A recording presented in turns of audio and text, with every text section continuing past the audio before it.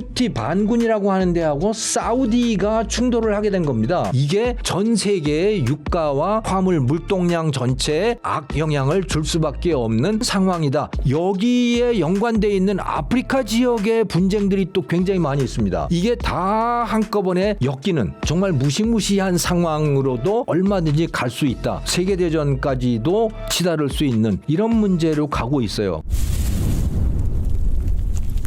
시청자 여러분 안녕하세요. 오늘도 전쟁 이야기인데요. 이 중동 전쟁이 새로운 양상으로 확산되고 있습니다. 세계 경제에 대한 충격파도 더 커질 것 같은데요. 지금까지 말이죠. 세계 경제에 대한 여파, 그는 주로 호르무즈 해협을 두고 벌어졌잖아요. 호르무즈 해협으로 유조선이 통과할 수 있느냐, 화물선이 통과할 수 있느냐, 뭐 이런 걸 가지고 지금 우리가 영향을 받고 또 그 국제 유가가 오르락내리락 하고 있습니다만은, 그런데 이게 호르무즈 해협뿐만이 아니에요. 이번에는요. 홍해입니다. 홍해가 어디입니까? 지금 호르무즈 해협의 경우에는 아라비아 반도에 이 지도에 나와 있습니다만은 아라비아 반도의 동쪽이잖아요.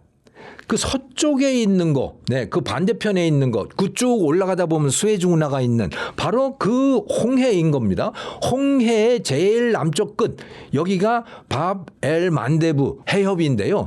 여기에서 이제 또 문제가 생긴 거예요. 이번에는요, 이 후티 반군이라고 하는 데가 지금 문제를 일으키고 있는데, 후티 반군이라고 하는 데하고 사우디가 충돌을 하게 된 겁니다. 후티 반군이 사우디의 선박들 여기 통과 못하게 할 거야. 내가 다 이 미사일하고 드론 가지고 공격을 할 거야. 이렇게 선언을 한 거예요. 그리고 실제로 공격을 했습니다. 그런데 이게 다른 나라 화물선이나 유조선의 입장에서 봤을 때는 그 문제만이 아니잖아요. 사우디만이 아니잖아요. 이게 언제 내가 당할지도 모르겠네? 라고 하는 생각을 당연히 가지게 되지 않습니까? 그렇게 되면서 여기에 선박 통행이 급격하게 줄어들게 된 거고요. 그래서 이 아라비아 반도를 양쪽으로 두고 있는 이 해협들이 둘 다 문제가 생기고 있는 거고요. 그 충격파는 이 전 세계로 이제 퍼져나가게 되는 거죠. 자, 지도로 설명을 하겠습니다. 여기 이 지도를 한번 보시죠. 다시 한번 말씀을 드리면 이 오른쪽에 있는 이 페르시아 해라고 하는 데가 있지 않습니까? 네, 오른쪽. 여기 동쪽이기도 하고 요 끝에 호르무즈 해협이 있는 거죠. 여기로 주로 유조선들이 다녔다고 보시면 되는 거예요. 자, 그런데 여기서 지금 문제가 생긴 거 아닙니까? 호르무즈 해협에서. 그러니까 사우디아라비아가 어떻게 했느냐. 이 사우디아라비아를 횡단하는 송유관이 있습니다. 여기 지도에서 보이시잖아요. 이 송유관을 통해서 호르무즈 해협으로 나가는 걸 줄이고 그 대신에 이 서쪽에 얀부라고 하는 항구로 기름들을 보낸 거예요. 송유관을 통해서. 그리고 거기에서 유조선에다가 싣고 그를 이제 쭉 남쪽으로 해서 이 밥 알 만데브 해협이라고 하는 곳을 통과해서 이제 인도양으로 또 그래서 중국으로 대만으로 한국으로 일본으로 쭉 이 기름이 흘러갈 수 있었던 것이죠. 그래서 그 덕분에 그러니까 사우디아라비아를 횡단하는 송유관과 이 홍해의 해로 이것이 존재하는 덕분에 그래도 호르무즈 해협에서의 충격파가 상당히 줄어들 수 있었던 겁니다. 그런데 이제 그것마저도 막히게 생겨버린 거예요. 그래서 이 홍해를 통하는 거기가 막혀버렸다. 그러면 사우디아라비아 석유의 우회로가 차단이 되는 거죠. 근데 이것뿐만이 아닙니다. 요 위에 보시면 여기에 수에즈 운하가 있잖아요. 수에즈 운하는 단순히 석유만 통과하는 데들이 아니잖아요.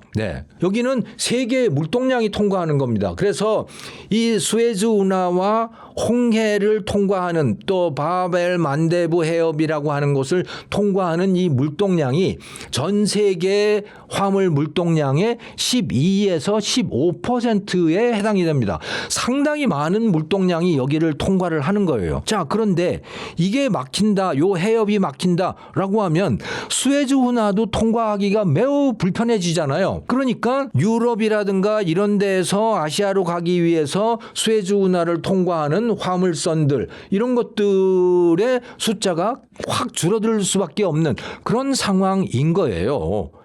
그럼 사우디아라비아의 입장에서는 또 어떠냐? 사우디아라비아는 오히려 이 수에즈 운하를 거꾸로 올라가는 그런 효과가 분명히 있기는 있죠. 왜냐하면 이 남쪽으로 가면 해협에 막힌다. 그러면 유조선을 가지고 북쪽으로 가서 수에즈 운하를 통과를 해서 지중해로 해서 저 아프리카의 희망봉을 돌아서 이렇게 가야 되는 거예요. 그게 물리적으로 가능하긴 하다. 그런데요, 얼마나 많이 돌아가야 됩니까? 그게 10,000km도 넘게 더 돌아가야 되는 그런 상황인 것이고요. 그러다가 보니까 보험료도 올라가고 연료도 많이 들어가고 기간도 오래 걸리고 이러는 거예요. 거기다가 이 운하를 통과를 하려고 하다 보니까 통과할 수 있는 배의 규모가 작아지는 거죠. 그래서 거대한 유조선들은 운하를 통과할 수가 없어요. 그러니까 사우디아라비아가 수에즈 운하를 통과해서 기름을 수송을 하려면 작은 배로 나누어서 실어야 되는 이런 문제가 생기게 되는 겁니다. 그렇게 되면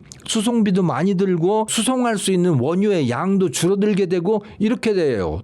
당연히 기간은 더 오래 걸리게 되고 이러니까 이 원유의 공급이라고 하는 게 차질을 빚을 수밖에 없는 거죠. 네. 자, 그래서 홍해와 그 끝에 있는 이 해협에서 발생하는 이 군사적 충돌이라고 하는 거, 이게 전 세계의 유가와 또 화물 물동량 전체에 악영향을 줄 수밖에 없는 그런 상황이다. 이렇게 이해를 하시면 될 것 같아요. 자, 그러면 이건 도대체 왜 이런 갈등, 이런 군사적 충돌이 발생하는 건가? 이거는요, 이 후티 반군이라고 하는 데를 좀 이해할 필요가 있을 것 같습니다. 이 후티 반군이라고 하는 거는 지금 그게 예멘 영토의 3분의 1 정도를 장악하고 있는 그런 군사 조직이에요. 그러니까 사실은 이게 뭐 반군이라고 말은 하지만 그냥 나라를 하나 가지고 있다 이렇게 생각을 하셔도 돼요. 그러니까 그 영토로 보면 예멘 영토의 3분의 1인데요. 그게 인구가 가장 많은 지역, 수도 사나라고 하는 데가 수도인데 수도 지역과 그 인근 전체를 다 장악을 하고 있기 때문에 인구로 따지면 70% 내지 80%가 반군 지역에 들어있대요. 그러니까 이란의 정규군, 국제적으로 인정받고 있는 이란의 정부 조직이 면적상으로는 한 3분의 2, 70% 정도를 장악을 하고 있지만 인구로 보면 한 20% 정도밖에 안 되는 거예요. 그러니까 인구의 7, 80%가 이 반군이 장악하고 있는 이 지역에 있는 것이고, 그러니까 일종의 국가라고 보시면 되는 거죠. 자, 이들이 지금 사우디아라비아하고 전쟁을 벌이고 있는 겁니다. 이건 또 무슨 얘기냐? 이게 참 예멘이라고 하는 나라가 굉장히 복잡한데요. 네. 예멘은 원래 그 이제 북부하고 남부로 나누어져 있었는데 근데 민족은 같은 예멘 민족이었대요. 그런데 북부는 이게 오스만 제국의 영토였고 그 중에서 이제 토호국이었던 거죠. 그래서 오스만 제국이라고 하는 큰 제국이 있는데 그 안에 토호 세력들이 다스리는 그런 이제 작은 일종의 뭐 위성국가 같은 거 그게 있었던 것이고 또 이 남쪽에 소위 아덴만이라고 하는 데 있잖아요. 뭐 아덴만 뭐 무슨 작전 뭐 이런 것도 있고 그러지 않습니까? 우리나라 영화에 보면 그 아덴만 즉 바다를 접하고 있는 아라비아해를 접하고 있는 그 지역 남부 지역은 영국 식민지였어요. 네. 이게 남북으로 그렇게 나누어져 있었어요. 그러다가 이제 오스만 제국이라고 하는 게 붕괴가 되고 1차 대전 이후에 그러면서 북부 지역은 예멘으로 독립을 하게 된 거예요. 그런데 처음에는 그게 이제 왕이 다스리는 전통적인 그런 이 왕정 국가였다가 1960년대에 이제 혁명이 일어나서 이게 공화정으로 바뀌게 되는 거고요. 그러고 남부 지역은 영국 식민지였는데 영국이 그걸 포기하면서 그 남부 지역은 소련의 영향을 받은 사회주의 국가가 된 겁니다. 그러니까 우리 한국하고 상당히 비슷해요. 분단이 됐다라고 하는 거는. 우리는 근데 북쪽이 사회주의고 남쪽이 자본주의잖아요. 예멘은 북쪽이 자본주의고 남쪽이 사회주의고 그렇게 됐어요. 그런데 1990년대 80년대 말 뭐 이럴 때 소련이 약해지고 91년에 소련이 붕괴가 돼버리잖아요. 여기에도 비슷한 일이 벌어진 겁니다. 그래서 1990년에 예멘이라는 나라가 서로 통일이 됐어요. 그래서 예멘 이제 공화국이 된 겁니다. 예. 왕정이 물러가고 공화정이 되고 그랬어요. 그런데 굉장히 부패한 나라 인 것이죠, 이 나라가. 네. 그러다가 보니까 내부에서 충돌도 많고 이제 반발도 많고 그런 거예요.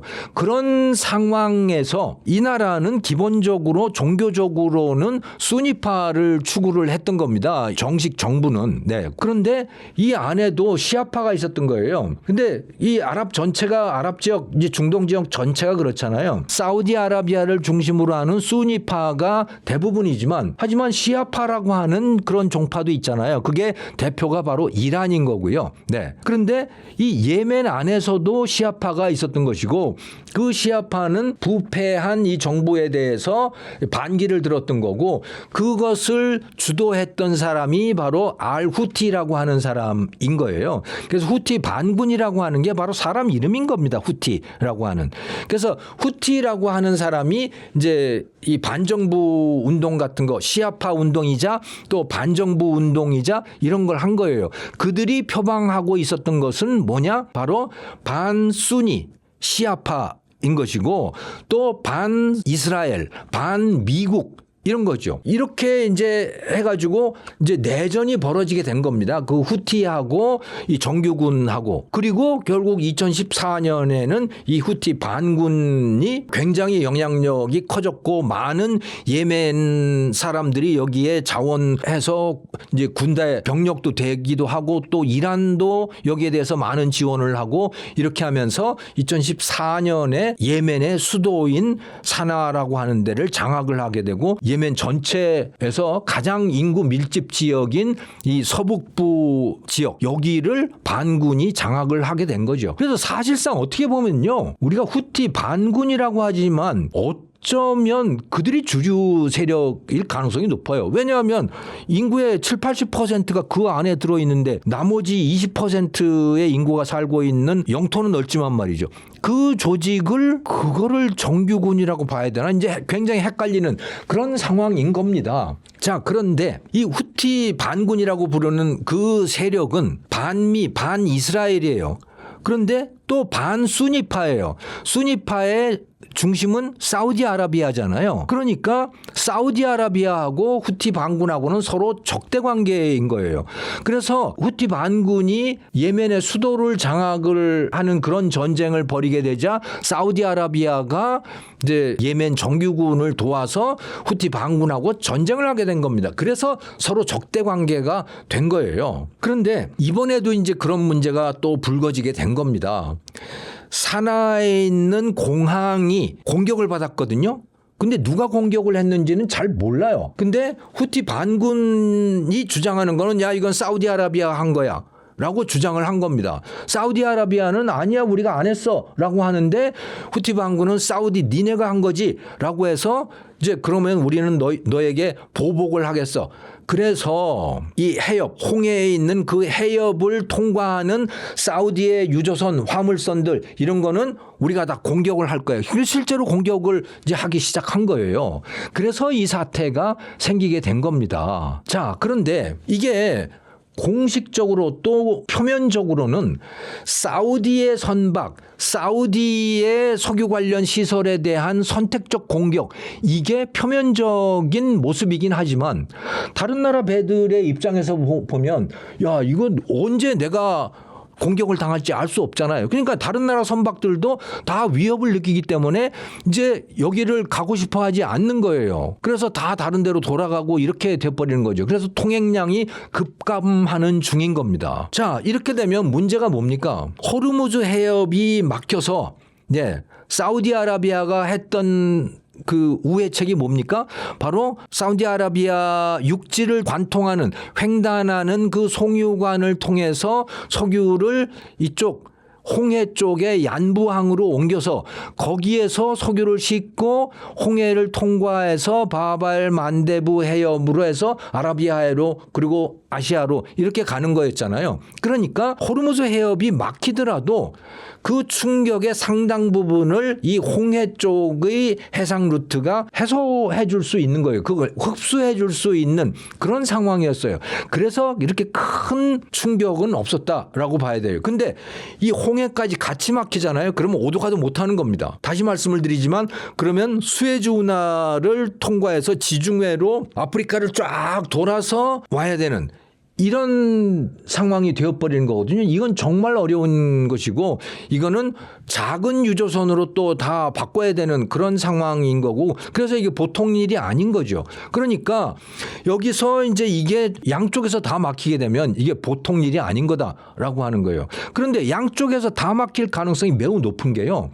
후티 반군을 뒤에서 지원하는 세력이 누구냐? 그게 바로 이란인 겁니다. 왜? 같은 시아파인데다가 이게 소위 그 저항의 축이라고 하는 거잖아요. 저항의 축이 뭡니까? 이란이 지원하는 그런 무장 조직들이잖아요. 그게 팔레스타인의 하마스고 레바논의 헤즈볼라고 또 이라크의 반군 세력이고 또 예멘에서는 후티 반군이고 이런 겁니다. 그러니까 이란의 입장에서는요. 호르무즈 해협을 막으면서 동시에 이 바발 만데부 해협도 막히면 이게 베스트인 거예요. 당연히 그러니까 후티 반군한테 야 내가 도와줄 테니까 너희 이렇게 해라고 계속 뒤에서 등을 떠밀겠죠. 그렇게 해서 이게 굉장히 위험한 상황으로 가고 있다라고 하는 건데요. 그러다 보니까 이제 이 유가를 예측하는 기관들 리스타드라든가 이런 데서들 예측하는 거는 이거 유가가 다시 150달러 넘어가는 거 아니야 배럴당? 어쩌면 이거 200달러를 넘어갈 수도 있을지 모르겠어 라고 하는 이런 불길한 예측들을 하고 있는 거고요.